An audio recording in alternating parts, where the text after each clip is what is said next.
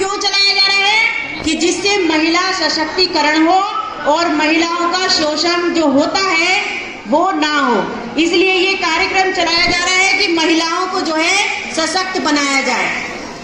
इसी तरह से सुरक्षित मातृत्व आश्वासन सुमन योजना, ये योजना 10 अक्टूबर 2019 के अंतर्गत माता और बच्चे को मृत्यु रोकना और निशुल्क स्वास्थ्य की सेवाओं की उसको देना, यानी कि उसको निशुल्क स्वास्थ्य सेवाएं प्रदान करना, ये इस योजना के अंतर्गत आता है। ऐसे महिला शक्ति केंद्र योजना, ये बाल विकास मंत्रालय की योजना है जिससे हमारी महिला शक्ति केंद्र योजना इसके अंतर्गत आती है। इसकी भी इसकी जानकारी आपको जन सेवा केंद्र पर उपलब्ध होगी। इसी तरह से सुकन्या समृद्धि योजना, स्वयं सहायता समूह और दूसरी एक बात है, हमारे जो सहकारिता मंत्री हैं अमित शाह जी, उनके द्वारा एक अभियान चलाया जा रहा है जिसमें जो मुझे आशा है कि जो हमारी बहनें बैठी हैं उस प्रस्ताव को ध्यान से सुनेंगी और जैसा मैंने कहा है वो वैसा ही उसको बाद में अनुसरण करेंगी। प्रस्ताव के रूप में महिला आरक्षण कानून के समर्थन में माननीय प्रधानमंत्री जी को बधाई हेतु प्रस्ताव। सर्वविदित है कि माननीय नरेंद्र मोदी जी के नेतृत्व में चल रही केंद्र की सरकार ने भारत की महिलाओं और बेटियों को संसद एवं विधानसभाओं में समुचित प्रतिनिधित्व देने के लिए नारी शक्ति वंदन अधिनियम को संसद में पारित करवाकर भारतीय लोकतंत्र में एक ऐतिहासिक काम किया है जो आगे चल के मील का पत्थर साबित होगा।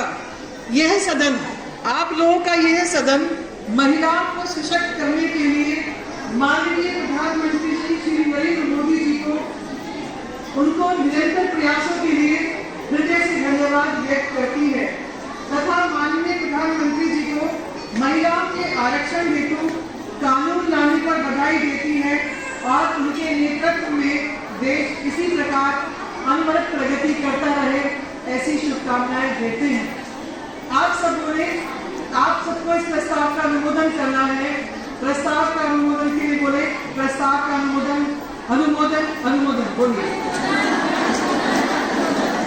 धन्यवाद मोदी जी, धन्यवाद मोदी जी, धन्यवाद मोदी जी, धन्यवाद मोदी जी, धन्यवाद मोदी जी, धन्यवाद मोदी जी, मोदी जी।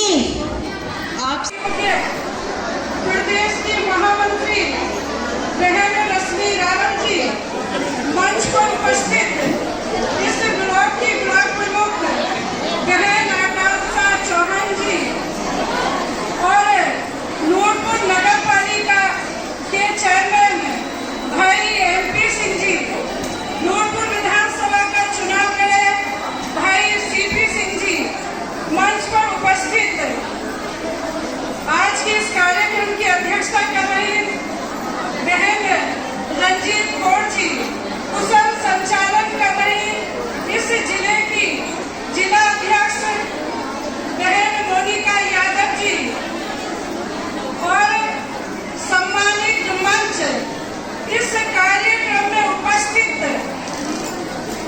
मातृशक्ति के रूप में आई देवी स्वरूपा सभी माताओं बहनों का हृदय की गहराई से स्वागत, अभिनंदन, वंदन करती हूँ और बधाई देना चाहती हूँ आप सबको कि आप सब इतनी मात्रा में इकट्ठा हुए। अभी नारी शक्ति वंदन के ऊपर बहन रश्मि रावत जी ने विस्तार से प्रकाश डाला है। नारी शक्ति वंदन अधिनियम पारित होने से हम सब बहनों को एक मजबूत प्रतिनिधित्व और सशक्तिकरण से नए युग की शुरुआत करेंगे।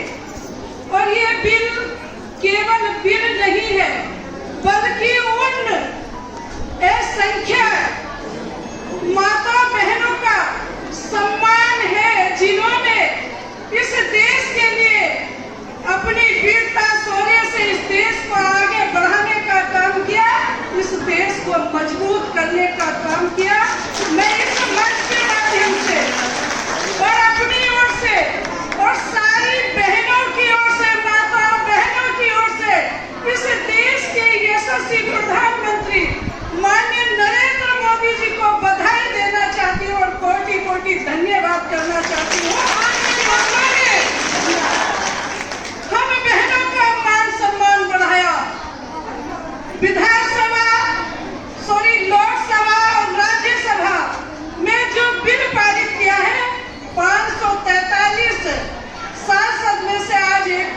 281 महिला हमारी सांसद बनेंगी और जो हमारी सांसद हर सीट पे बनेगी, यानी कि कुल 200 महिलाओं से ज्यादा अधिक हमारी बहनों की संख्या अब लोकसभा में होने वाली है। तो इसके लिए मैं जितना भी हम लोग माननीय नरेंद्र मोदी जी का धन्यवाद करें वो बहुत कम है। और नारी की तुलना विस्तार से भी सबने बताया है, नारी की तुलना पृथ्वी से की गई है। जैसे पृथ्वी अनेक कष्टों को झेलते हुए, पृथ्वी को चाहे भूकंप आए, चाहे उसका जेसीबी से किसी भी चीज से उसको कितना भी उसके हृदय को कष्ट दिए जाए, लेकिन पृथ्वी अपनी जगह अडिग रहती है। उसी तरह से हमारी माता बहनें भी अनेक कष्ट झेलकर मजबूती से आगे बढ़ती है, चाहे उनके ऊपर कितना भी कष्ट क्यों ना आए। और इतिहास गवाह है, इस संसार में, इस विश्व में अनेक देश है, पर भारत को क्या कहा जाता है? भारत माँ कहा जाता है। हम सब भाग्यशाली है कि हमने भारत देश में जन्म लिया, जहाँ भारत को माँ कहा जाता है। हम गंगा को माँ कहते हैं, हम तुलसी को माँ कहते हैं, हम गाय को माँ कहते हैं और हम धरती को माँ कहते हैं। तो हम सब भाग्यशाली हैं। और इस देश में अनेक वीरांगनाएं पैदा हुई हैं, जिन्होंने अपने शौर्य पराक्रम से इस देश को आगे बढ़ाने का काम किया। और आज भी इतिहास में उनकी कहानियां को हम पढ़ते हैं, सुनते हैं, उनकी गौरव गाथा को गाते हैं। चाहे सीता, सावित्री, दुर्गा माँ, अनसुईया, महारानी लक्ष्मीबाई हो या और भी वीरांगनाएं हुई हो, जिन्होंने अपने शौर्य से उन्होंने जौहर करना तो स्वीकार किया, लेकिन गुलामी को स्वीकार नहीं किया। ऐसी वीरांगनाएं हमारे देश में हुई हैं। और आज मोदी जी ने जो मान गोल्ड मेडल जीतने का काम किया है, और एक अन्नू पारुली नहीं बल्कि 50 से अधिक बहनों ने यहाँ मेडल जीतने के काम किए हैं। और इस मंच के माध्यम से मैं माननीय मुख्यमंत्री जी को भी बधाई देना चाहती हूँ, जिन्होंने हमारी दोनों बहनों के लिए 3-3 करोड़ राशि देने का काम और उन्हें डिप्टी एसपी बनाने के लिए घोषणा की है। तो उनके लिए भी मैं बहुत बहुत बधाई देना चाहती हूँ। बहनों, किसी ने कभी चिंता नहीं की। देश में कांग्रेस ने भी 70 साल से अधिक तक यहाँ शासन किया, लेकिन कभी किसी ने इन बहनों की चिंता नहीं की। अगर किसी ने की तो इस देश के यशस्वी प्रधानमंत्री नरेंद्र मोदी जी ने चिंता की कि मेरी गरीब बहन कैसे आगे बढ़ सके, वो कैसे मजबूत हो, उसका सशक्तिकरण कैसे हो, वो अपने परिवार को कैसे चलाए। अगर किसी ने चिंता की तो हमारे यशस्वी प्रधानमंत्री ने की। बहनों को घर में मैंने भी देखा है और देखा नहीं सहा है। जब लकड़ी नहीं होती थी, बरसात होती थी, उपले भीग जाते थे, तो बच्चे भूखे पेट स्कूल को जाते थे, माँ बहुत परेशान होती थी। और कई माता बहनों का तो उस धुएं से आंखें भी बेकार हो जाती थी, सांस की बीमारी हो जाती थी। लेकिन प्रधानमंत्री जी ने सोचा कि हमारी बहनें इस तरह से परेशान नहीं होंगी। उन्होंने उज्ज्वला योजना चला करके हर घर में गैस का सिलेंडर देने का काम किया। और एक और बात बताना चाहती हूँ, केवल सिलेंडर देने का काम नहीं किया, बल्कि अब इस पर्व पर, दीपावली पर जिनकी उज्ज्वला योजना में कनेक्शन है, उनको फ्री कनेक्शन देने का काम भी हमारी सरकार कर रही है। और इतना ही नहीं, जब माननीय राजनाथ जी को कहते हैं, वो मन से हटके कहते थे कि जब किसान घर आता था और रात को अंधेरे में वो अपनी पत्नी का मुंह भी नहीं देख सकते थे, क्योंकि अंधेरा होता था। लेकिन आज सौभाग्य योजना चला करके घर में गैस का, घर में बिजली का कनेक्शन देने का काम अगर किसी